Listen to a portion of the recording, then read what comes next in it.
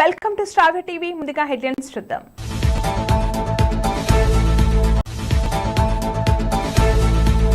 MLA కొత్త ప్రభాకర్ రెడ్డి సంచలన వ్యాఖ్యలు. పూతలపట్టు మండల కేంద్రంలో అట్టహాసంగా రాజ్యాంగ నిర్మాత డాక్టర్ బిఆర్ అంబేద్కర్ జయంతి వేడుకలు. అమరావతిలో 1600 ఎకరాల స్పోర్ట్స్ సిటీ. టీటీడీలో 2000 మంది మా వాళ్లే భూమన.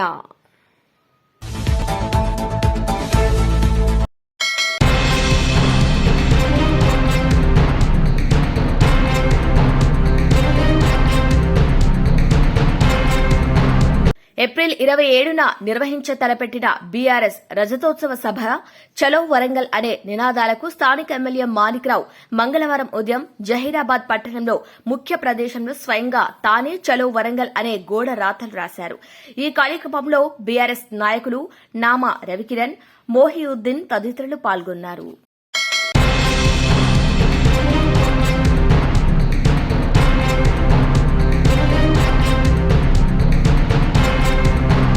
సదాశివపేట మండలం పెద్దాపూర్ రైతు వేదిక వద్ద గ్రామంలో ధాన్యం కొనుగోలు కేంద్రాన్ని TGIIC chairperson Nirmala Reddy, Sangareddy MLA Chinta Prabhakar మంగళవారం ప్రారంభించారు.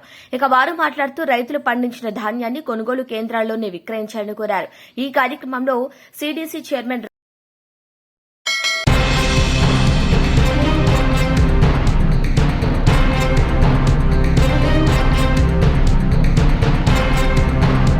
తెలంగాణ రాష్ట ముఖ్యమంత్రి సీఎం రేవంత్ రెడ్డి ప్రభుత్వం భాగంలో అదేవిధంగా తెలంగాణ రాష్ట వైద్య ఆరోగ్య శాఖ మంత్రి దామోదర రాజనరసింహ ఆదేశానుసారం సంగారెడ్డి జిల్లా మునిపల్లి మండలంలోని 30 గ్రామాల 44 మంది లబ్దిదారులకు కళ్యాణ లక్ష్మి అదేవిధంగా షాదీ ముబారక్ చెక్కులను మంత్రి Sudhakar Reddy, market committee chairman Raikode, Munipalli మండల కాంగ్రెస్ పార్టీ అధ్యకులు పిల్లోడి సతీష్ ఆధ్వర్యంలో తహసీల్దార్ గంగా భవాని వారి సమక్షంలో అందించడం జరిగింది.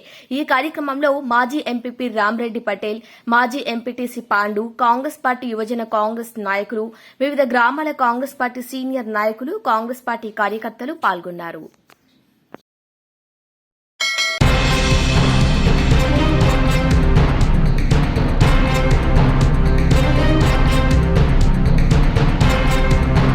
ఖమ్మం జిల్లా కల్లూరి మండలం పుల్లయ్య బంజర గ్రామానికి చెందిన రైతు దంపతులు బొల్లం రామయ్య, చంద్రకళ 18 ఎకరాల్లో వరి సాగు చేశారు. ధాన్యాన్ని కొనుగోలు కేంద్రానికి 20 రోజుల క్రితమే తీసుకొచ్చారు. ప్రభుత్వం కొనుగోలు చేయలేదు. అకాల వర్షానికి ఆ వడ్లు పూర్తిగా తడిసి ముద్దైపోయాయి. ఆ తడిచిన వడ్ల ధాన్యాన్ని చూసి ఆ రైతు దంపతులు బొల్లం రామయ్య, చంద్రకళ బోరుమని ఏడ్చేశారు. ఎంతో కష్టపడి రాత్రనక పగలనక ఎంతో కష్టపడి ఈ ధాన్యాన్ని పండించి కొనుగోలు కేంద్రానికి తీసుకువచ్చి 20 రోజులు గడిచినా ధాన్యం కొనకపోవటం ప్రభుత్వ నిర్లక్ష్యం వల్ల మా ధాన్యంకు ప్రభుత్వమే కారణమన్నారు. దీనికి ప్రభుత్వం నష్టపరిహారం అందించాలని ఆ రైతులు కోరారు. అదేవిధంగా చాలా బాధాకరంగా కంటతడి పెట్టుకుని బోరుమని ఏడ్చేశారు.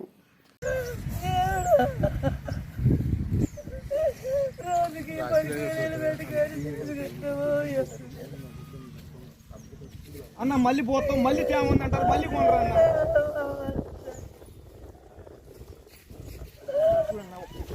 కూలీలు రాత్రి దెబ్బలు పడ్డా 10 ఇంటి దాకా మెడకాయ అంత నీళ్ళు కొట్టి కొట్టి ఈ మెడకాయ తిరగట్లేదు. ఇదంతా ఎప్పుడు మట్టి కొట్టకపోయినా మట్టి కొట్టకపోయి ఉప్పు రాసి వేసుకొని రోజు పట్టాలు కప్పుకొని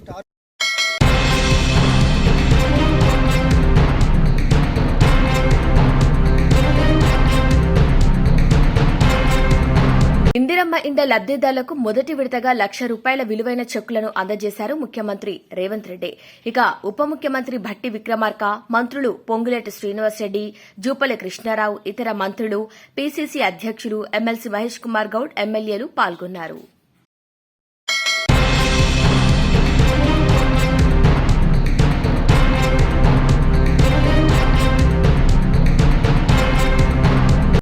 సవరణ బిల్లు చర్చ సమయంలో పార్లమెంటు సాక్షిగా ప్రధాని నరేంద్ర మోదీ ప్రభుత్వం, బీజేపీ దాని అనుబంధ పార్టీలు అబద్దాలు చెప్పాయని, రాజ్యాంగం కల్పించిన హక్కులను కాలరాసే విధంగా ఎన్డీఏ ప్రభుత్వం వ్యవహరిస్తుందని, ప్రజాస్వామికవాదులు మోదీ విధానాలను తిప్పికొట్టాలని సీపీఐ రాష్ట సమితి కార్యదర్శి, నాగర్ కర్నూలు జిల్లా సమితి కార్యదర్శి ఎం బాలనరసింహ అన్నారు. సీపీఐ జాతీయ సమితి ఇచ్చిన పిలుపుతో భాగంగా మంగళవారం నాగర్ కర్నూలు జిల్లా కేంద్రంలో వక్ఫ్ చట్టం సవరణను నిరసిస్తూ అంబేద్కర్ కూడలిలో ధర్నా నిర్వహించారు. ఈ కార్యక్రమానికి ముఖ్య అతిథిగా పాల్గొన్నారు. సీపీఐ రాష్ట సమితి కార్యదర్శి ఎం బాలనరసింహ మాట్లాడుతూ కేంద్రంలోని ఎన్డీఏ ప్రభుత్వ తీరును తీవ్రస్థాయిలో దుయ్యబడ్డారు. పార్లమెంటు ఉభయ సభల చర్చలో భాగంగా బీజేపీ దాని మిత్రపక్షాల మంత్రులు, ఎంపీలు మాట్లాడిన తీరు సభ్య సమాజానికి తలవంపుగా భావిస్తున్నామన్నారు. ముస్లింలకు సంబంధించి దాతలు దానం చేసిన భూములపై కన్నేసిన మోదీ సర్కార్ కుటిల నీతితో ముస్లింలలోని పేదలకు మేలు చేస్తున్నామని గొప్పలు చెబుతూ బీజేపీకి అంటకాగుతున్న బడాబాబులకు వక్ఫ్ ఆస్తులు కట్టబెట్టడమే లక్ష్యంగా ఈ చట్ట సవరణాన్ని ఆయన అభివర్ణించారు. ఇక దేశంలో దేవాదాయ భూములను, ఆస్తులను పరిరక్షించడానికి ఉన్న విధంగా ముస్లింలకు సంబంధించిన వక్ఫ్ భూములను పరిరక్షించడానికి ఒక బోర్డు అనాదిగా చట్టబద్దంగా ఉంది అన్నారు. నరేంద్ర మోదీ తిరుమల, తిరుపతి లాంటి దేవస్థానాలతో పాటు దేశంలో అనేక పేరుగాంచిన ఆలయాలు ఉన్నాయని, ఆయా ఆలయాల కమిటీలలో హిందూయేతరులను నియమిస్తారా అని ఆయన ప్రశ్నించారు. అలా చేయనప్పుడు ముస్లింలకు సంబంధించిన ధార్మిక సంస్థల్లో హిందువుల భాగస్వామ్యం ఎందుకని ఆయన ప్రశ్నించారు. ఇది కేవలం ముస్లిం సమాజాన్ని అణగదొక్కటానికే నరేంద్ర మోదీ ప్రభుత్వం చేస్తున్న కుట్రగా భావిస్తున్నామని ఆయన ఆరోపించారు. రాజ్యాంగం దేశంలోని పౌరులకు, మతాలకు కల్పించిన హక్కులను హరించడం సరికాదని సూచించిన అందుకు భిన్నంగా మోదీ ప్రభుత్వం వ్యవహరిస్తుందని ఆరోపించారు. మతోన్మాదంతో విర్రవీగుతున్న నరేంద్ర మోదీ దేశంలో హిందూ మతం అనేది ఒకటే ఉండాలనే సిద్ధాంతంతో ముందుకు వెళ్తున్నారని, అందులో భాగమే ఈ వక్ఫ్ సవరణ చట్టమని ఆయన అభివర్ణించారు. చట్టం కోసం జరిగే ప్రతి పోరాటంలో మేము సైతం ముందు అని ఈ మండు టెండలో ముందుకొచ్చిన మైనార్టీ సోదరులకు, యువకులందరికీ పేరు పేరున భారత కమ్యూనిస్టు పార్టీ, సిపిఐ జిల్లా సమితుల పక్షాన, ఆల్ ఇండియా తంజీమే ఇన్సాఫ్ రాష్ట్ర జిల్లా సమితుల పక్షాన విప్లవ కృతజ్ఞతలు, ధన్యవాదాలు తెలియజేస్తున్నాను. ఈ వక్ఫ్ చట్టం అనేది భారత రాజ్యాంగాన్ని అవమానపరిచే విధంగా, భారతదేశ లౌకిక తత్వాన్ని మలినం చేసే విధంగా మొత్తం దేశం చూస్తుండగా ఒకరోజు రాత్రంతా దేశానికి ఏదో ఆపద వచ్చిందన్నట్టు అర్ధరాత్రి 3 గంటల వరకు పార్లమెంటును కొనసాగించి సభ్యులందరినీ బంధించేలా వ్యవహరించి ఈ పనికి మాలిన చట్టాన్ని నరేంద్ర మోడీ తీసుకురావడం జరిగింది. దీన్ని పనికి మాలిన చట్టం అని చెప్తున్నాం. ఎందుకంటే ఈ భారతదేశంలో మా నాయకులు బాలనరసింహ గారు చెప్పారు, స్వాతంత్రానికి పూర్వం గాని తర్వాత గాని ఏ రాజకీయ పార్టీయో ఆ పార్టీల ద్వారా వచ్చిన ప్రభుత్వాలు ఇచ్చిన ఆస్తులు కావు ఈ వక్ఫ్‌కి. వక్ఫ్ అంటే అల్లా పేరుతో దానం ఇవ్వడం. పీడిత తాడిత ప్రజలు, ముస్లిం మైనార్టీలు ఎవరైతే ఉంటారో భవిష్యత్తు తరాల కోసం వాళ్ళ విద్య, ఉద్యోగ, ఉపాధి, ఆరోగ్య సమస్యలు తలెత్తినప్పుడు వీటి ద్వారా ఆదుకోవాలని, ఆ సమస్యలు పరిష్కరించుకోవాలని ఈ వక్ఫ్ చట్టాన్ని తీసుకురావడం జరిగింది.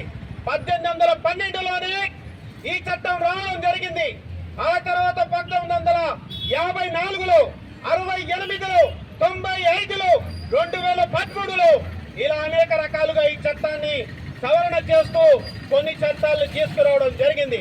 చట్టాల్లో ఉన్నటువంటి పార్టీ అనేటువంటి ఒక నిబంధనను పూర్తిగా చూపించి ఈ కేంద్రంలోని ఎన్డీఏ మోదీ ప్రభుత్వం మొత్తం భారతదేశంలో ఉన్న ఈ వక్ఫ్ వ్యవస్థనంతా కూడా అతలాకుతలం చేయడానికి కుటిల ప్రయత్నం చేయడమే ఈ ఉమ్మీద్ చట్టం. ఉమ్మీద్ అంటే ఒక భరోసా, ఒక నమ్మకం. కానీ ఈ మొత్తం భారతదేశంలో 22 కోట్ల మంది ముస్లింలు ఉన్నారు. అందులో అక్కడో ఇక్కడో మోడీ వేసిన ఎంగిలి మెతుకులకు అమ్ముడు పోయిన పనికి మాలిన ముస్లింలు ఓ 10 మంది మినాయించి ఇంకెవరు కూడా దీన్ని ఉమ్మీదిగా భావించడం లేదు. ఈ చట్టం ప్రజలకు ఉపయోగపడుతుందని ఆశించడం లేదు. ఈ చట్టాన్ని మేము ఎందుకు వ్యతిరేకిస్తున్నాం? భారత కమ్యూనిస్టు పార్టీ జాతీయ ప్రధాన కార్యదర్శి కమిటీ రాజా గారు సుప్రీంకోర్టులో మొట్టమొదటి పిల్ వేయడం జరిగింది. ఆ తర్వాత ఒక 10 మంది ప్రముఖ సంస్థలు లేకపోతే ఇతర పార్టీల నాయకులందరూ కలిసి 10కి పైగా చేయడం జరిగింది. రేపు 16న సుప్రీంకోర్టు ముందుకి ఈ జడ్జిమెంట్ ఏమంటారు కేసు అంతా కూడా విచారణకు రాబోతా ఉంది. ఈ తరుణంలోనే కమ్యూనిస్టు పార్టీ ఈ ఆందోళన కార్యక్రమం నిన్న ఒక కార్యక్రమం, తేదీన ఈ కార్యక్రమం, 19వ తారీఖున ఇంకో కార్యక్రమం, ఏమైనప్పటికీ కూడా ఒప్పు చట్టాన్ని వెనక్కి తీసుకోవాలనేది అందరి కోరిక, డిమాండ్.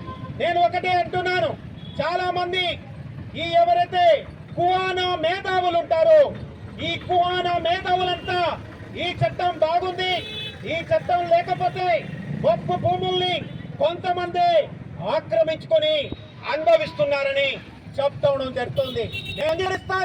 ఒప్పు భూములు, ఒప్పు ఆస్తులు ఎవరికైతే సద్వినియోగం చాలాలో అవి పూర్తి స్థాయిలో కావడం లేదు. I agree. కానీ ఈ చేయికి చెప్పొస్తే దీనికి మందేసి న్యాయం చేయాలి, నయం చేయాలి. కానీ ఆ చేతిని కొట్టేసి దాని ప్లేస్ లో నీ చేయిని ఫిక్స్ చేస్తావంటే మెడకాయ మీద తలకాయ ఉన్న ఎవడు కూడా ఇలాంటి పనికి వాలిన ఆల్టర్నేటివ్ విధానాన్ని తీసుకురారు ఒక మోడీ ఎన్డీఏ ప్రభుత్వం తప్ప అన్నటువంటి విషయాన్ని అందరూ కూడా గుర్తించాల్సిన అవసరం ఉంది. 6 చట్టాలను 6 నిబంధనలను ఈ రోజు సిపిఐగా తంజీమే ఇన్సాఫ్ గా యావత్తు భారత్ లో ఉన్న ముస్లిం సమాజం అంతా కూడా తీవ్రంగా ఖండిస్తా ఉంది. మొదటిదైనటువంటిది 1995లో ప్రవేశపెట్టినట్టుగా ఏదైతే 22 మంది జాతీయ వక్ఫ్ బోర్డులో 11 మంది రాష్ట్రాల వక్ఫ్ బోర్డులో సభ్యులుండాలని చెప్పడం జరిగింది.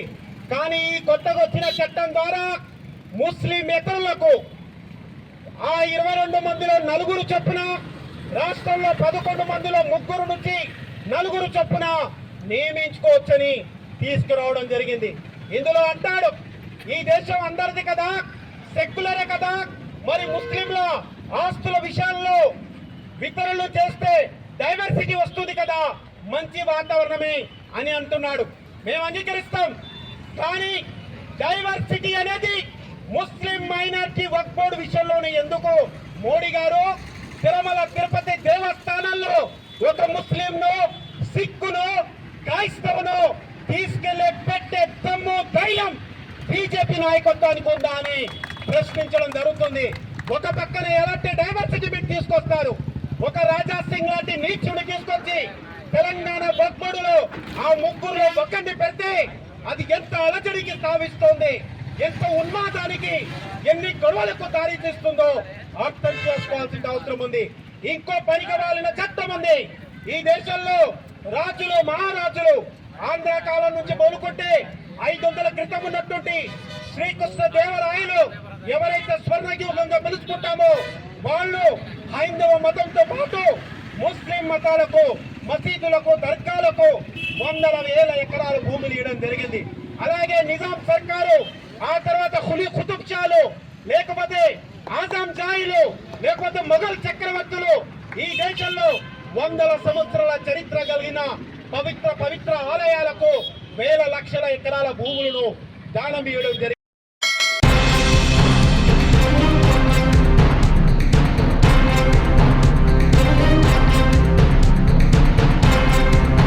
సంగారెడ్డి జిల్లా ఇస్మల్కంపేట్ నుండి అక్రమంగా అర్ధరాత్రి పొరుగు రాష్ట్రానికి తరలిస్తున్న ఇసుక లారీని సంగారెడ్డి జిల్లా మునిపల్లి మండల్ పిఎస్ఎంఎస్ఐ రాజేష్ నాయక్ ఇసుకను తరలిస్తున్న టిప్పర్ను పట్టుకున్నారు.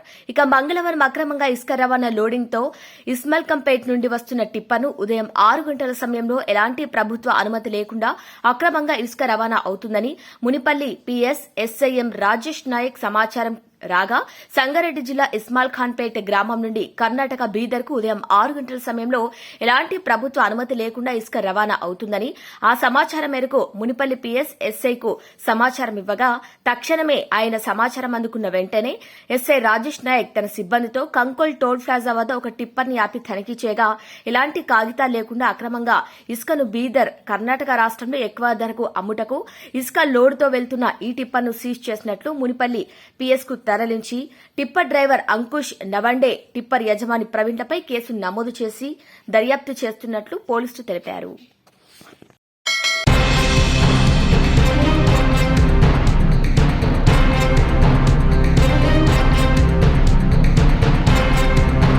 టీటీడీలో పనిచేస్తున్న ఉద్యోగుల్లో 2,000 మంది తమవారేనని వైసీపీ నేత టీటీడీ మాజీ చైర్మన్ భూమన కరుణాకర్ రెడ్డి అన్నారు.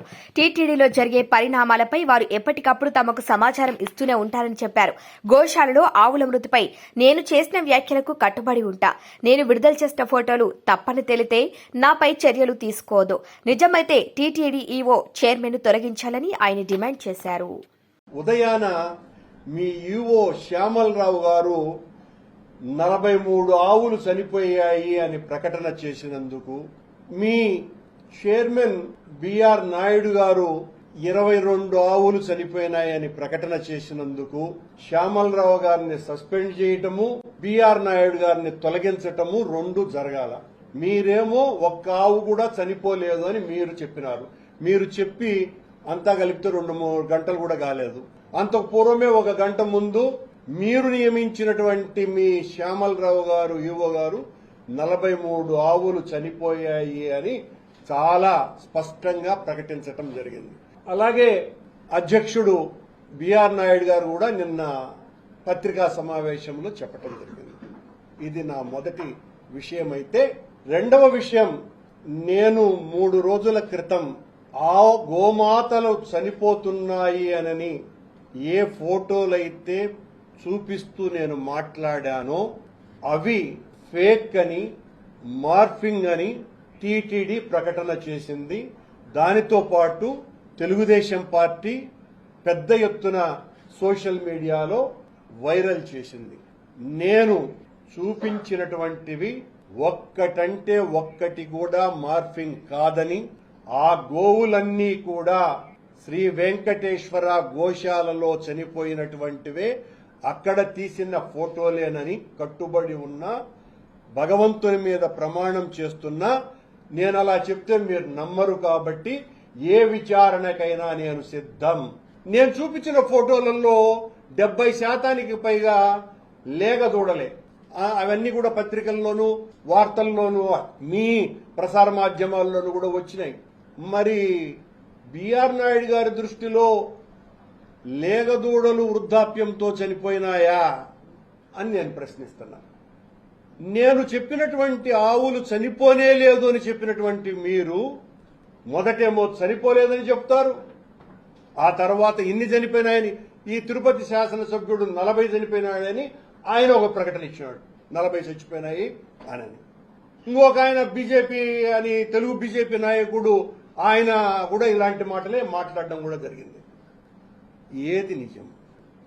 అంటే నేను చేసినటువంటి ఒక నిజమైన ఆరోపణ మీ గుండెల్లో గుబులు కుట్టించి భయపడి మీ ఇష్టం వచ్చినట్టుగా మాట్లాడుతున్నారు. నిన్న అధ్యక్షుడు నాయుడు గారు మాట్లాడుతూ నీ అంతు చూస్తా, నీ మీద క్రిమినల్ కేసులు పెడతాం, రాష్ట్రమంతా పెడతాము అని అన్నాడు. అంటే రాష్ట్రమంతా పెడతాము అని అంటే, రాష్ట్రమంతా పెడతామంటే అర్థం ఏందో అర్థమైపోయింది. అంటే మీరు పనిగట్టుకొని మీకు నచ్చనటువంటి వాళ్ల మీద కేసులు పెడతారు అని. బిఆర్ నాయుడు గారు రాష్ట్రమంతా కాదు, దేశమంతా పెట్టమని నేను మిమ్మల్ని డిమాండ్ చేస్తున్నా. నేను సిద్ధం. నేను భగవంతుని పట్ల మీ నిర్వాకాన్ని ఎదిరించినందుకు, నిలువరించే ప్రయత్నం చేస్తున్నందుకు మీరు నా మీద కేసులు పెడితే, నేను జైలుకు పోతే వెంకటేశ్వర స్వామి భక్తునిగా ఆనందంగా అనుభవిస్తా ఆ జైలు జీవితాన్ని. ఎన్ని కేసులైనా పెట్టుకోండి. నేను చెప్పింది అబద్ధమైతే దేనికైనా కూడా నేను సిద్ధమే. మీరు శ్యామలరావు గారు ఈరోజు మాట్లాడుతూ గత 5 సంవత్సరాలు ఎన్ని ఆవులు చనిపోయినాయో ఆధారాలు లేవు, ఆధారాలు లేకుండా చేశారు అని అన్నాడు. అని అంటూనే గత సంవత్సరం 179 ఆవులు చచ్చిపోయినాయి అని అంటాడు. అంటే ఒకే ప్రెస్ మీట్ లో 179 ఆవులు గత సంవత్సరం చనిపోయినాయని, అంటే గత సంవత్సరం నువ్వు ఉన్నావు కదా అనే అర్థంలో నన్ను, గత సంవత్సరం జూన్ నుంచే నేను లేను. అంతకు పూర్వం ఉన్నది నేను 5 నెలలు మాత్రమే. ఇంత తొందరపాటుతో వీళ్ళ అజ్ఞానం హద్దులు లేకుండా ప్రకటించుకుంటున్నారు. ఆయన మరొక మాట అన్నాడు, తెలుగుదేశం పార్టీని మోస్తున్నటువంటి ఒక గొప్ప సేవకుడిలాగా సీఎం గారు నాకు బాధ్యత అప్పగించినారు, అక్కడంతా కూడా ప్రక్షాళన చేయవలసినటువంటి అవసరం ఉన్నదేనని, మేము చాలా ప్రక్షాళన చేశామని ఆయన గారు చెప్పుకున్నారు.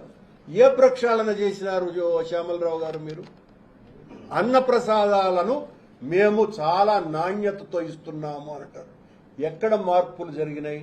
మీరు చెప్పుకోవటమే తప్ప, మీరు చెప్పుకొని సంకల్గుద్దుకోవటమే తప్ప మీరు చేసినటువంటి పెనుమార్పు ఏమీ లేదు. మేము ప్రక్షాళన చేసినామని ఇప్పుడేదో భక్తులకు అందరికీ కూడా అన్నప్రసాదాలు అందజేస్తున్నాము క్యూ లైన్లలో అన్నారు.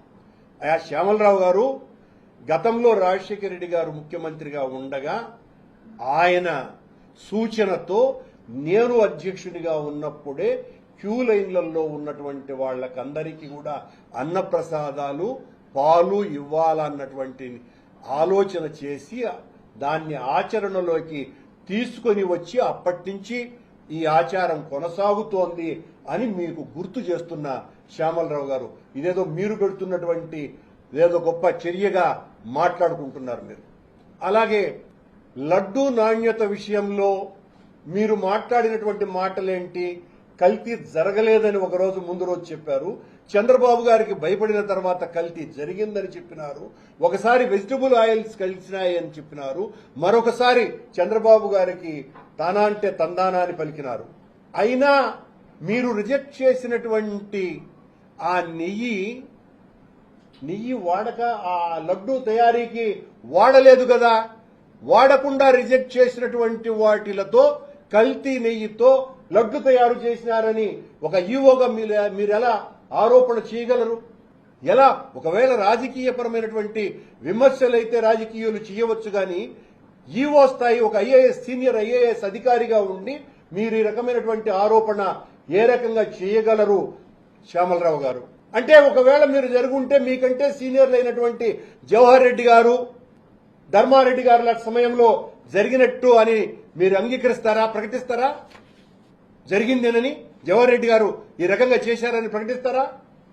ఇంత దారుణమైనటువంటి తెలుగుదేశాన్ని భుజాన్ని వేసుకొని మాట్లాడుతున్నారు ఈవో గారు.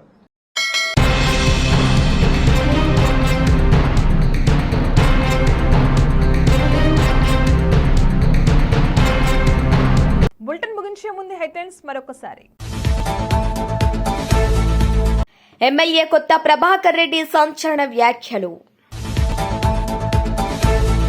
పూతలపట్టు మండల కేంద్రంలో అట్టహాసంగా రాజ్యాంగ నిర్మాత డాక్టర్ బిఆర్ అంబేద్కర్ జయంతి వేడుకలు. అమరావతిలో 1600 ఎకరాల స్పోర్ట్స్ సిటీ. టీటీడీలో 2000 మంది మా వాళ్లే Bhumana. We want to bulletin updates. Keep watching Star TV.